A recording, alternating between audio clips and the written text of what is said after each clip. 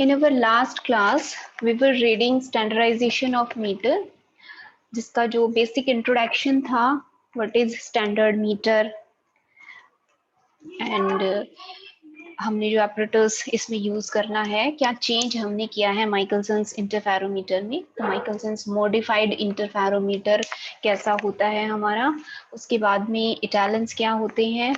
तो आज की क्लास में हम आपका जो प्रोसीजर है, एक्सपेरिमेंटल प्रोसीजर जो है, वो हम आज की क्लास में रीड करेंगे।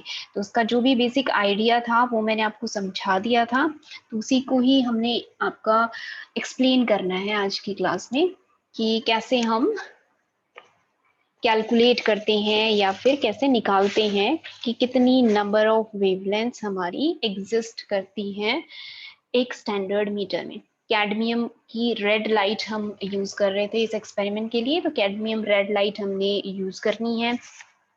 एक्सपेरिमेंटल सेटअप हमने देख लिया था, सोर्स है हमारा, लेंस है, ग्लास प्लेट हमने ली है, उसके बाद में एक मिरर की हेल्प से, हाईली पॉलिश्ड मिरर की हेल्प से हमने लाइट को इटालियंस की तरफ डाइवर्ट कर दिया था।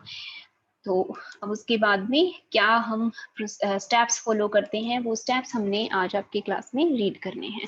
तो उसको करने के लिए to find number of wavelengths in a standard metre, जो भी स्टेप्स हैं हमारे, वो स्टेप्स हम आज रीड करेंगे आपके। तो सबसे पहला जो हमारा स्टेप है वो हमने क्या करना है आपका, कि ये जो मिरर है, कैपिटल M1, स्मॉल m1 और M3, इटालियन फर्स्ट का आपका पहला मिरर, या आप फ्रंट मिरर भी कह सकते हो इसको, M2 को बैक मिरर, इसको फ्रंट मिरर, इसी तरह से M3 को फ्रंट मिरर और इसको बैक मिरर। तो इटालियंस के फ्रंट मिरर और कैपिटल M1 जो हमारा मिरर है, इन तीनों को हमने सबसे पहले क्या करना होता है, इनको हमने कोप्लेनर और एक दूसरे के पैरेलल बनाना होता है। We have to made coplanar and parallel। किसके कैसे बनाते हैं हम, by using white light fringes। तो जो भी हमारा सोर्स था एस सोर्स, उस सोर्स को हमने सबसे पहले क्या किया है, आपका व्हाइट लाइट का हमने एक सोर्स ले लिया है और उसकी हेल्प से हम फ्रिंजेस आपकी देखने की कोशिश कर रहे हैं। फ्रिंजेस जब आपको कहाँ पे दिखाई दे, इस मिरर M1 में आपकी फ्रिंजेस आपको दिखाई, क्योंकि देखिए यहाँ पे भी मिरर है, यहाँ भी आपने मिरर्स लगाए हुए हैं। तो जब आप टेलीस्कोप में से देखोगे, इन केस जब ये आपके तीनों एक दूसरे के पैरेलल नहीं होंगे और एक प्लेन में नहीं होंगे, तो आपको फ्रिंजेस M1 में दिखाई नहीं देंगी। ठीक है, आपको ये चीज पता कैसे चलेगी, आपको क्लियर फ्रिंजेस M1 में दिखाई नहीं देंगी जब आप इनिशियली इसको शुरू करोगे। ठीक, आपने एडजस्टमेंट इस तरह से करनी है, आपके मिरर्स के साथ जो भी स्क्रू लगे हुए होते हैं उनको आपने थोड़ा बहुत रोटेट करना होता है, और ऐसे रोटेट करना है कि ये तीनों कहाँ आ जाएं, आपके एक प्लेन में आ जाएं और एक दूसरे के बिल्कुल ही पैरेलल हों। ठीक है, आप इसको इस तरह से समझ सकते हैं, जैसे ये तो डायग्राम बना हुआ है आपका, इसमें आपको ये इस तरह से दिखाई दे रहा है, आपका सिर्फ वहां में पता चल रहा है कि ये मिरर है। वैसे आपका ये होंगे किस तरह के, जैसे आप कोई भी दो बुक्स ले सकते हो और वो बुक्स आप ऐसे साइड बाय साइड रखो, तो साइड बाय साइड जब आप रखते हो तो वो क्या होंगे, एक दूसरे के पैरेलल होंगे, एक ही लाइन में आप जब रखोगे। तो हम उसकी बात कर रहे हैं कि दोनों मिरर्स साइड बाय साइड हो, पैरेलल हो, और जिस प्लेन में M1 है, कैपिटल M1, उसी में स्मॉल m1 और M3 हो हमारे। ठीक, और उसके फेस के ऊपर फिर जो भी आपकी लाइट है वो आपकी रिफ्लेक्ट करेगी। ठीक है, अब जब आप इसकी ये सेटिंग कर दोगे, तीनों आपके क्या हो, पैरेलल हो जाएं और एक प्लेन में हो जाएं, उस पर्टिकुलर सिचुएशन में distances of capital M1, small m1 and M3, ये क्या होगा, आपका इक्वल होगा आई की पोजीशन से। जहां भी आपका टेलीस्कोप है उसको हम कह रहे हैं आई, तो आई की पोजीशन से इन तीनों के बीच में जो भी सेपरेशन है आई से, वो क्या होगा, इस सिचुएशन में आपका सेम डिस्टेंस के ऊपर ये तीनों एग्जिस्ट करेंगे। तो ये हमारा सबसे पहला स्टेप है कि मिरर M1, स्मॉल m1 और M3 को कोप्लेनर बनाना है और पैरेलल बनाना है व्हाइट लाइट फ्रिंजेस यूज करके। अब इसके बाद white light is now replaced by cadmium red light. White light से हमने आगे प्रोसेस नहीं करना, हमने कैडमियम रेड लाइट की वेवलेंथ कैलकुलेट करनी है कितनी है, तो हमने कैडमियम रेड लाइट से अपने सोर्स को रिप्लेस कर दिया। And mirror M1 is moved outwards to position M1 dash. M1 mirror को हमने मूव करवाना है कहाँ तक, M1 डैश पोजीशन तक हमने इसको मूव करवाना है, ठीक है, such that M1 dash becomes co-planar with mirror M2.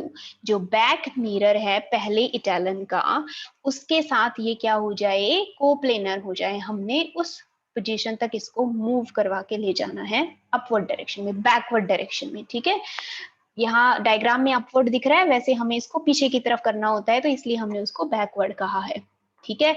अब किस पता कैसे चलेगा कि ये इसके साथ आपका एक प्लेन में आ गया है या नहीं, उसके पैरेलल हो गया है या नहीं.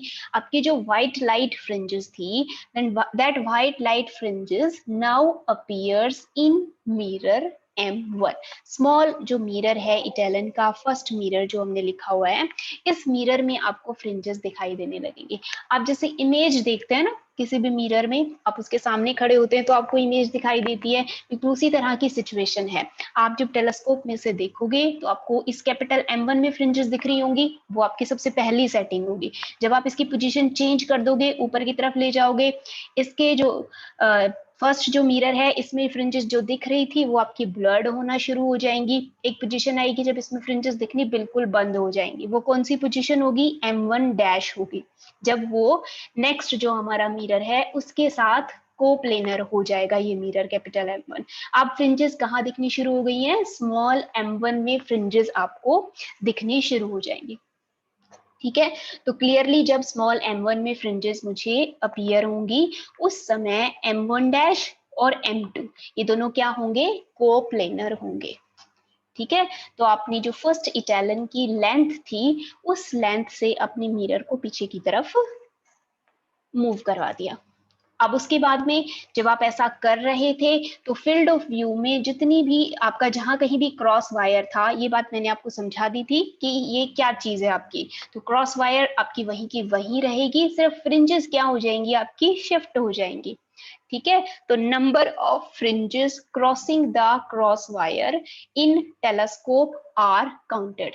तो जितनी फ्रिंजेस क्रॉस करके गई होंगी क्रॉस वायर को, वो हमने काउंट कर लेनी है, 1 2 3 करके इस तरह से काउंट कर लेनी है, ठीक है. जब मिरर M1 से M1 डैश तक आपने मूव किया, ठीक. अब नंबर ऑफ फ्रिंजेस आपने काउंट कर लेनी है. अब इसके बाद अब ये जरूरी नहीं है कि जब आपने इसको यहाँ से यहाँ मूव किया M1 से M1 डैश, तो आपकी होल नंबर ऑफ फ्रिंजेस ही क्या हो, शिफ्ट हो. जैसे हमने डायग्राम बनाया था उसमें आपका क्या दिखाया हुआ था कि भाई 1 2 3, उसके बाद जो फोर्थ थी उसके सेंटर में, जरूरी नहीं कि उसके सेंटर में ही क्रॉस वायर आपकी आए शिफ्ट होने के बाद.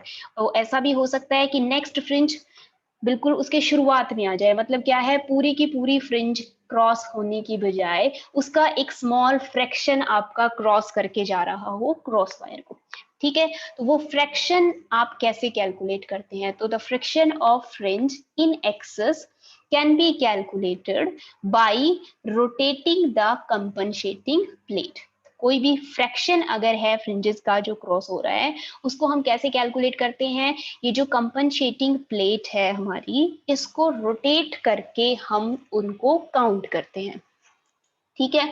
अब कैसे हमें पता चलेगा कि भाई कितने फ्रैक्शनल फ्रिंजेस हमारी क्रॉस हुई हैं, ये हमें पहले से ये बात हमें पता होनी चाहिए. By knowing the angle through which plate C is rotated, कितने एंगल से, जो भी एंगल से रोटेट की है आपने वो हमें पता होना चाहिए. उसके बाद एक और चीज हमें पता होनी चाहिए, angle of rotation required to produce displacement of one fringe. एक फ्रिंज को शिफ्ट करवाने के लिए आपको उसे कितने एंगल से रोटेट करना पड़ा, ये चीज अगर आपको पहले से पता हो, और कितने एंगल से आपकी कंपनसेटिंग प्लेट रोटेट हुई है, ये दोनों चीजें अगर आपको पता है तो आप fractional excess of fringe calculate कर सकते हो, ठीक है. ये जो हमारा एपरेटस था, इस एपरेटस में हम 0.05 इतनी स्मॉल फ्रैक्शनल चेंज को भी आसानी से ऑब्जर्व कर सकते हैं. इसका इतना अच्छा आपका रिजोल्यूशन है, ठीक है. तो इतना स्मॉल विड्थ भी हम कैलकुलेट कर सकते हैं fractional change with this apparatus. ठीक है भाई, तो टोटल जो भी काउंट हुई होंगी होल, वो हम देख लेंगे कि कितनी क्रॉस होके गई है नंबर ऑफ फ्रिंजेस, और अगर फ्रैक्शनल है वो हम इस कंपनसेटिंग प्लेट की हेल्प से कैलकुलेट करते हैं। ठीक है, अब जो भी डिस्टेंस मूव किया था मिरर M1 ने, that distance moved by mirror M1 is exactly equal to length small l of smallest etalon. जो भी हमारा डिस्टेंस है वो हमें दिखाई दे रहा है कि वो किसका कौन सा डिस्टेंस है, इस इटालियन की लेंथ के बराबर है। तो इस इटालियन की लेंथ के बराबर है, तो इन दोनों चीजों को यूज करके आप कितनी नंबर ऑफ वेवलेंथ है इतनी डिस्टेंस में, ये चीज कैलकुलेट कर सकते हो। If n is the number of fringes crossing the field of view in telescope, मान लीजिए n नंबर ऑफ फ्रिंजेस आपकी क्रॉस करके गई हैं क्रॉस वायर को, तो आप l कैसे लिख सकते हैं, l can be written as n into lambda by 2। Lambda by 2 का मतलब होता है कि एक फ्रिंज जो भी विड्थ है वो आपने क्रॉस की, उसके बाद में अगर आपने n क्रॉस की है तो उसे लिखोगे n इंटू लैम्डा बाई 2। ये हमने अर्लियर जो आपकी क्लासेस थी ना वहां पे कर लिया था, जब हम माइकलसन्स इंटरफेरोमीटर की एप्लीकेशन कर रहे थे, वहां देखा था ये आपने कि ऐसे हम लिखते हैं। अब आपको तो लैम्डा का मल्टीपल चाहिए, तो लैम्डा का मल्टीपल क्या होगा, n बाई 2 होगा आपका, क्योंकि 2 भी एक कांस्टेंट वैल्यू है, तो इसको लिख दिया हमने n डैश से, where n dash is equal to n by 2। ठीक, अब इसका मतलब क्या है, n dash number of wavelength are contained in the distance small l। Small l distance में कितनी नंबर ऑफ वेवलेंथ है आपकी, n dash number of wavelength exist कर रही हैं। ठीक है, और L क्या है आपका, डिस्टेंस है मिरर M1 और M2 के बीच में। So in this way we can determine how much number of wavelengths are contained in this in distance small l, which is distance of smallest Italian. ठीक है भाई, तो सबसे छोटे इटालियन में कितनी नंबर ऑफ वेवलेंथ हैं ये हमने कैलकुलेट कर ली मिरर्स को उनकी डिस्टेंस से मूव करवा के। ठीक, आपको सिर्फ ये ध्यान रखना है पहले फ्रिंजेस कहाँ दिखाई दे रही थी और बाद में फ्रिंजेस कहाँ दिखने लग जाएं, ये चीज आपको नोन होनी चाहिए। अब इसके बाद जो हमारा नेक्स्ट स्टेप है वो क्या होगा, now etalon 1 is shifted back to its own length. ठीक है, अब हमने जो हमारा इटालियन था फर्स्ट इटालियन, इसको इसकी जो पूरी की पूरी लेंथ है, एल लेंथ है ना, उस एल लेंथ से हमने इसको पीछे की डायरेक्शन में, बैकवर्ड डायरेक्शन में इसको मूव करवाना है। अब जब आप इसे मूव करवाओगे पीछे की डायरेक्शन में, तो स्मॉल m की जो इमेज बनेगी m1 डैश, ये आपको डिफरेंशिएट करने के लिए इसको m1 डैश और उसको m2 डैश लिखा हुआ है यहाँ पे। तो जब आप इसे पीछे शिफ्ट करोगे तो m2 की जगह पे m1 डैश आएगा और m इस जगह पे क्या आएगा आपका, m2 डैश आ जाएगा। अब आपको पता कब चलेगा कि आपने सारा का सारा डिस्टेंस ट्रेवल कर लिया, जो भी आपकी फ्रिंजेस थी वो फ्रिंजेस अब आपको कहाँ दिखने लग जाएंगी, स्मॉल m1 डैश में दिखने लग जाएंगी। अब आप ये देखिए कि यहाँ पे देखो क्या लिखा हुआ है, white light fringes are again seen in mirror m1। इसका क्या मतलब है कि जो आपका कैडमियम लाइट का सोर्स होता है, जब हम ये दूसरा स्टेप करेंगे तो उसमें हम सबसे पहले क्या कर देंगे, सोर्स को अगेन व्हाइट लाइट से रिप्लेस कर देंगे, और व्हाइट लाइट से रिप्लेस करने के बाद आप ये चीज कैलकुलेट करोगे कि आपके जो फ्रिंजेस हैं, व्हाइट लाइट फ्रिंजेस को डिफरेंशिएट करना आसान होता है in comparison to normal fringes. Normal fringes कैसी बनेगी आपकी, अल्टरनेट डार्क और ब्राइट फ्रिंजेस बनेगी। और दूसरी हमने व्हाइट क्यों रखी है, क्योंकि उसका सेंटर व्हाइट होता है और उसके दोनों ही तरफ क्या होती है, कलर्ड लाइंस होती हैं आपकी, और हमने अपनी क्रॉस वायर कहाँ पे सेट करनी है, सेंट्रल फ्रिंज के ऊपर सेट करनी होती है। तो सेंट्रल फ्रिंज मतलब व्हाइट फ्रिंज के ऊपर, व्हाइट फ्रिंज के ऊपर सेट करके हम अपने सोर्स को रिप्लेस कर देते हैं कैडमियम लाइट के सोर्स से। ठीक है, अब जैसे ही कैडमियम के सोर्स से रिप्लेस करेंगे, क्रॉस वायर पे जो फ्रिंज आ रही होगी वो तो सेंट्रल फ्रिंज होगी, और उसके आसपास जो भी फ्रिंजेस बनेंगी वो आपकी फिर बाकी की फ्रिंजेस कहलाएंगी, जिनको कि आप काउंट कर रहे हो कि 1 2 3 फ्रिंजेस हमारी शिफ्ट हो गई। ठीक है, तो आप फर्स्ट इटैलन को इसकी खुद की लेंथ से पीछे की डायरेक्शन में मूव करवा दोगे, इसकी एल स्मॉल एल के बराबर डिस्टेंस इसको पीछे की तरफ मूव करवाएंगे। पता कैसे चलेगा? जो भी फ्रिंजेस थी वो फिर से कैपिटल M1 मिरर में दिखने लग जाएंगी। अब कैपिटल M1 यहाँ होने की बजाय कहाँ पे है? M1 डैश इस पोजीशन पे है, ठीक है। और आपको फ्रिंजेस इस M1 डैश के ऊपर दिखने लग जाएंगी अगेन, ठीक। इस पोजीशन में जो आपका ये चीज मैं आपको बता दी है, the new position of mirror M2 is M2 dash, ठीक है भाई। और M2 की जगह पे क्या आएगा? M1 डैश आएगा, M1 की जो पोजीशन होगी नई, ठीक। अब इसके बाद आपने फिर से वैसा ही स्टेप करना है जो आपने पिछली बार किया था। अब आपने क्या किया था? लेंथ मेजर करने के लिए आपने कैपिटल M1 मिरर को L लेंथ से क्या करवाया था? बैकवर्ड डायरेक्शन में मूव करवाया था। अब अगेन आप वही करोगे, M1 मिरर को आप फर्दर कितनी डायरेक्शन में बैकवर्ड मूव करोगे? M1 डबल डैश तक मूव करोगे। अब जैसे ही आप फिर से इसको यहाँ मूव कर दोगे M1 डबल डैश पे, फ्रिंजेस M1 डबल डैश में दिखने की बजाय कहाँ दिखने लग जाएंगी? स्मॉल M1 डैश में अपीयर होंगी, जैसा आपका पहले हुआ था, ठीक है। तो आपने पहले ही टेंडन की लेंथ ट्रेवल की थी। अब क्या किया है? जो बाकी की बची हुई लेंथ थी वो आपने ट्रेवल की है, मतलब कि 2 टाइम्स मिरर की जो भी आपकी इसकी फर्स्ट इटालियन की लेंथ थी, इससे दुगनी लेंथ। इसका क्या मतलब है कि आपने कौन सी लेंथ ट्रेवल कर ली है? जो आपकी सेकंड इटालियन की लेंथ है आपने उसे ट्रेवल कर लिया है, ठीक है। अब जैसे ही फ्रिंजेस आपकी M1 डैश में दिखने लगेंगी, इस पर्टिकुलर पोजीशन में M1 मिरर आपका किसके साथ कोप्लेनर हो जाएगा? M4 मिरर के साथ कोप्लेनर हो जाएगा।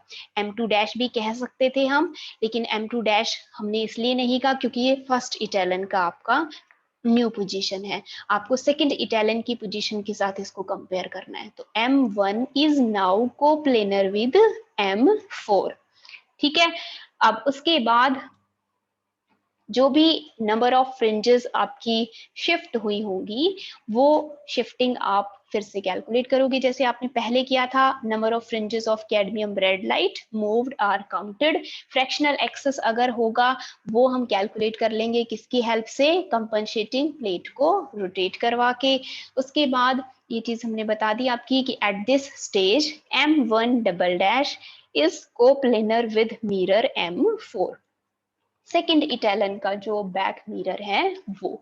सो in this way number of wavelengths in second etalon can be known, ठीक। n को लैम्डा बाई 2 से मल्टीप्लाई करके आप जो आपके सेकेंड इटालियन की लेंथ है L1 कह देंगे इसको, उसके बराबर रख के उसको कैलकुलेट कर लेंगे। अब ये प्रोसेस हमने कब तक रिपीट करना है? The second etalon is now compared with third. अब थर्ड इटालियन के साथ उसको हम कंपेयर करेंगे, which in turn is compared with fourth and so on till the number of wavelengths in ninth Italian of length 10 centimeter is determined. One by one आप इसको next के साथ रिप्लेस कर दोगे। मतलब कि क्या है आपका कि अगले स्टेप में ये आपका कंप्लीट हो गया। इसके बाद आप सेकंड इटालियन को तो कहाँ रखोगे? इस पोजीशन पे रखोगे फर्स्ट की जगह पे, और थर्ड को कहाँ रखोगे? सेकंड की जगह पे रखोगे। उस तरह से आप दूसरे को किससे कंपेयर करोगे? तीसरे से कंपेयर करोगे। फिर इनकी पोजीशन आप अगेन चेंज करोगे, थर्ड आपका यहाँ आ जाएगा और फोर्थ यहाँ पे आ जाएगा। उस तरह हम थर्ड को फोर्थ से कंपेयर करेंगे। तो बारी बारी से जब तक कि 10 सेंटीमीटर के इटालियन से आप कंपेयर नहीं कर दोगे आप एक्सपेरिमेंट करते रहोगे। अब हमारा एक्सपेरिमेंट यहाँ पे खत्म नहीं हुआ। अब इस 10 सेंटीमीटर को हमें किससे कंपेयर करना है? स्टैंडर्ड मीटर जो है उससे कंपेयर करना है। The 10 centimetre Italian was compared with the copy of standard meter and number of wavelengths of given light are calculated, ठीक। अब यहाँ पे एक वर्ड हमने यूज किया है, copy of standard metre. Standard metre तो क्या है आपका? जो कि आपका कहाँ पे रखा हुआ है, international bureau of weights and measures में रखा हुआ है, जो कि पेरिस में है। तो उसकी कॉपीज आपकी यूज की जाती हैं, उसे आपका नहीं लेके जाते कहीं पर भी, वो आपकी एक स्पेसिफिक कंडीशन में वहां पे स्टोर करके रखा हुआ है, आपका 0 डिग्री सेंटीग्रेड टेम्परेचर पे उसको वहां पे स्टोर करके रखा हुआ है। तो उसकी कॉपीज आपकी मिलती हैं लैब्स में, उन कॉपीज को हम कंपेयर करते हैं और नंबर ऑफ वेवलेंथ्स कैलकुलेट करते हैं। वो आपकी हो सकता है एग्जैक्टली इक्वल ना आए या आपको एग्जैक्ट ना पता चले, लेकिन अप्रोक्सीमेटली इक्वल आपकी वैल्यूज आती हैं। तो जो फाइनल रिजल्ट्स हैं आपके कैडमियम की रेड लाइट, ग्रीन लाइट और ब्लू लाइंस की विद रिस्पेक्ट टू, ये आपके बताए हुए हैं कि फॉर कैडमियम रेड लाइट जो लैम्डा आर है, ये तो वेवलेंथ हो गई आपकी रेड लाइट की, और 1 मीटर में इतनी number of red cadmium light wavelengths आपकी एग्जिस्ट करती हैं। इसी तरह से आपकी कुछ वैल्यूज दी हुई हैं, आपको इनको क्रैम नहीं करना। आप इसमें से अगर आपसे ढंग से याद होती हैं तो ये पीछे की डिजिट्स नहीं याद होती तो इन्हें आप छोड़ सकते हैं, आप ये याद कर सकते हो कि 6438 आर्मस्ट्रॉन्ग होती है रेड लाइन की वेवलेंथ और 5085 होती है किसकी, ग्रीन लाइन की वेवलेंथ, और 1 मीटर में आपके कितने नंबर ऑफ वेवलेंथ्स एग्जिस्ट करते हैं।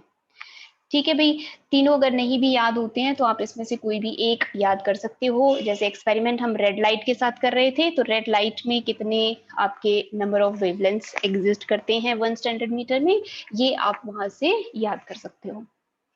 ठीक, ये एक बहुत ही इंपॉर्टेंट टॉपिक था और ये कंप्लीट आपका एक लार्ज क्वेश्चन पूछा जाता है, स्टैंडर्डाइजेशन ऑफ मीटर। इसे बहुत ही ध्यान से आप लोगों ने रीड करना है ताकि आप इसको समझ सको। ठीक है, बहुत ही थियोरटिकल मैनर में लिखा हुआ है आपकी बुक में, तो वो थियोरटिकल मैंने यहाँ पे आपके स्टेप्स की फॉर्म में आपको समझा दिए हैं, तो ये नंबर ऑफ स्टेप्स आपको वहां पे याद करने हैं।